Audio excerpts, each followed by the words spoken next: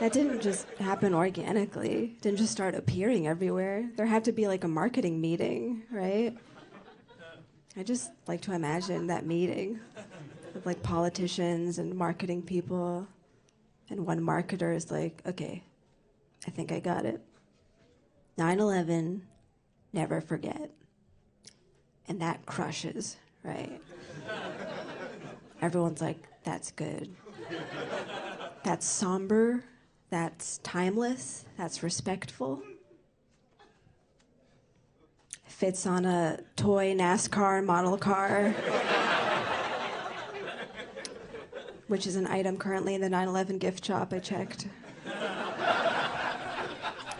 They're like, okay, we'll probably go with that, but I don't know, are there any alts? Can we get some alts, variations on 9/11, never forget, something similar but different? And someone's like, yeah, how about 9/11, unforgettable?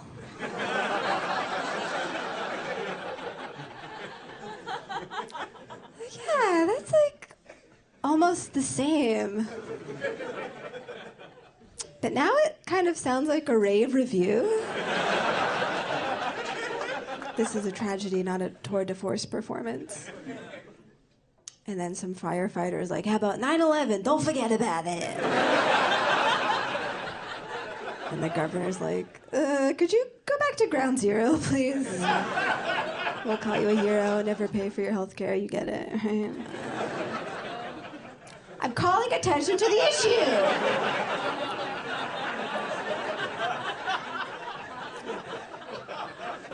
It's not the issue that gets talked about. I can't believe we're still stuck on abortion. Isn't that crazy? We've been talking about abortion for so many years in this country, and we still just can't get over it. Has anyone had one? Anyone had? Okay. Okay, I'll be brave. Once again, seems to be my job. And say that I had one. I had an abortion. Just to draft myself into the culture war, you know. I was only like four-ish, 5 weeks pregnant. That's not really an abortion, right? That's like dropping a yolk on the floor. It's just a bit of goo that has to go away. I was in Australia when I found out, and I was younger, and I was traveling alone. And I just had a bad feeling, and so I went to go get a pregnancy test, which, not easy to find, by the way, at the pharmacy, at least back then. And I was embarrassed and younger. I didn't want to say out loud, hey, where are the pregnancy tests? But I found the diaper aisle. So I was like, excuse me, where's the aisle before this one? And then he brought me to the condoms aisle. Where's the aisle after this one? We got there. So I got it, I got the test, and I took it, and I was preg. And I was so freaked out, felt so alone and so scared. I just never thought that could happen to me. I never thought I'd have to be faced with that decision. And I was trying to calm myself down. I was like, you know what? It's cool. I'm in Australia. I bet I'll get a really chill Australian abortion, you know? I'll walk in and they'll be like, yeah, let's get that shrimp on the Barbie, you know? But I actually didn't end up having time to get it done there. I had to come back to America and pay for it. And my boyfriend at the time only offered to pay for half. Yes, we went Dutch on the abortion. That's not cool. I don't know, I just feel like if the woman has to go through the physical and emotional burden of doing that, the least the guy could do is bear the financial burden. I think that's fair. Yeah. I guess it's kind of like a reverse ransom. Like, give me $300 if you never want to see your kid again.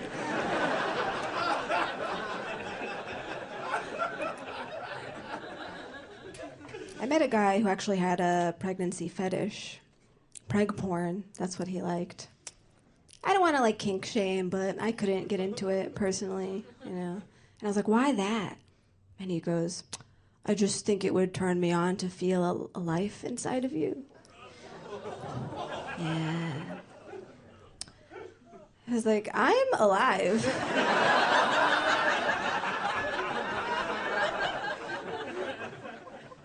I mean, I know the voice throws it off, but like I'm in here, you know. I thought that was rude.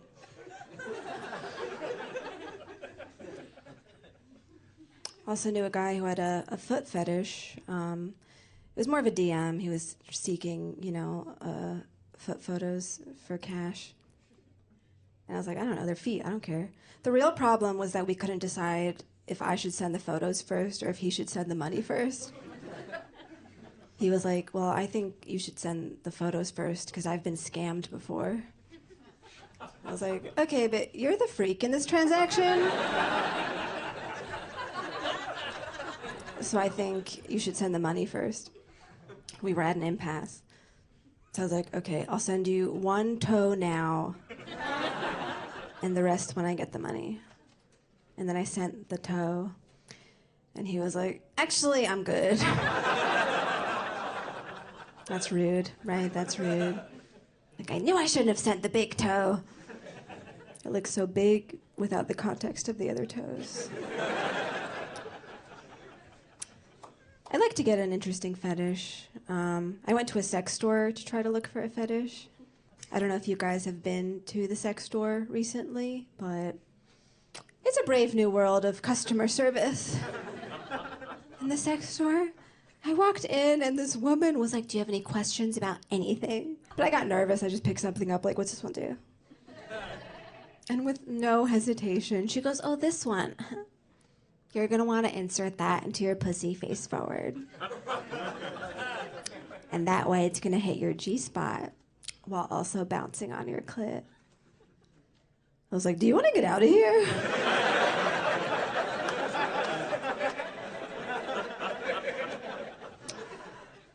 Nobody wearing a name tag has ever talked to me like that. I tipped her. I didn't know what to do. I got a wet floor sign.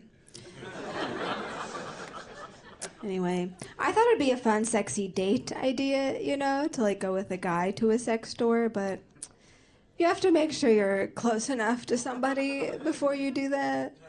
Like if they're more advanced than you, it can get very awkward. You have to start blaming the prices for why you don't like things. He's like, how about these anal beads? Like in this economy?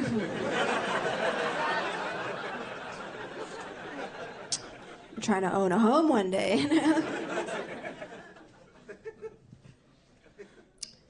But you meet a lot of weirdos trying to find love, you know, they're out there. I went on a date with a guy who could just flip everything I said into something sexual. I'm sure you have friends like that. He was like, what kind of music do you like? I was like, I've been listening to the Beatles. I know that's lame, but I think they're cool. And his eyes lit up, and I thought we were going to connect, but he goes, what Beatles song would you fuck me to? I was like, Help.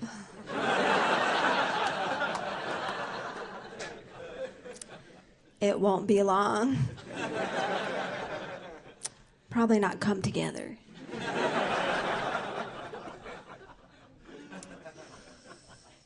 But I hope our country comes together very soon.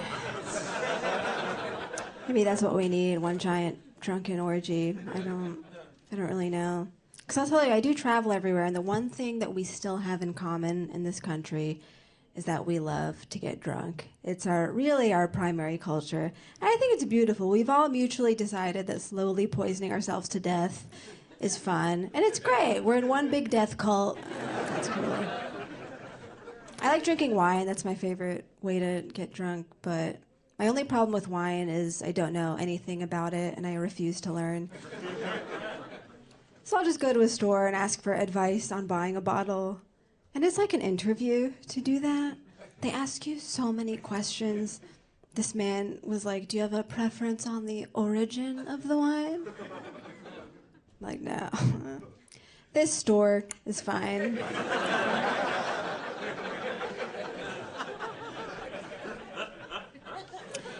And I thought that would end the conversation, but he just went with it, like, okay, what will you be having the wine with? Like, my mouth. Some pills if you really want to know. And then the last question is always the most bizarre. They go, do you prefer your wine sweet or dry? Like, those aren't opposites. Those aren't even the same category of things. One's a flavor, the other's a feeling. Sweet or dry? I don't know, sir. Do you prefer your eggs scrambled or in the summertime? Okay, I'm Dina Hashem. Thank you very much.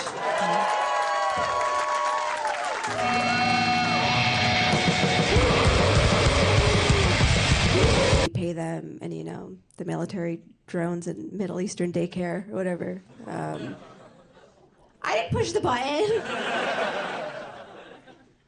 It's just different cultures, that's all I'm saying. So he and I would fight about this. He tried to pretend like they have real problems, but they don't. And one time we got into a fight, he was like, well, you know what? During World War II... Yeah, which already he lost the argument. Because he had to reach back like 8 decades to find an issue. Also, the whole world had a problem then, but... He's like, during World War II, when the Nazis came to Norway, my grandparents had to ski to Sweden to escape. I laughed as well. Just because, I don't know, even like one of their deepest, darkest traumas sounds whimsical. Skiing from the Nazis? Yes, I saw that episode of Scooby-Doo. I'm just saying, skiing from the Nazis in Sweden would still be the nicest vacation I've ever been on. Because we didn't have family vacation money. We didn't really do that. But that's fine. I didn't really want, a vacation as a kid. What I really wanted was a door. I didn't grow up with a room until like high school. I just got shoved in like a corner of the living room because we couldn't afford like another bedroom for me. And I just felt like super violated, like my mom, very strict Muslim lady, and she would just like come into my room whenever this was the original MySpace. Whenever she wanted. One time, I got rebellious and I hung up a poster of Blink-182 on my wall, okay? And not 24 hours later did she hang up a poster of Mecca on top of it. As if to be like, oh, who's drawing a bigger crowd, though? Travis Barker? Ooh. Or Allah and his only prophet, Muhammad. It's them, iconic duo. So I wasn't very attached to, like, my homes. Our apartment when I was very young got destroyed in a fire, and so it happened in the middle of the night, and I remember, like, my family was all, like, crowded outside the apartment building, and they were, like, freaking out and crying. Like, I was too young to process it, and also I didn't even have a room, so I didn't really care, just like, I hope the hotel has a pool, And then we drove to the nearest hotel, which was the Sheraton. And I'll never forget this moment. It's probably one of my earliest memories. We went to the lobby and we explained our situation and said, hi, we just lost, all of our earthly possessions. We're technically homeless at the moment. Could we just like have a free room for the night? And they said, no, but you can sleep in the lobby if you want. And that was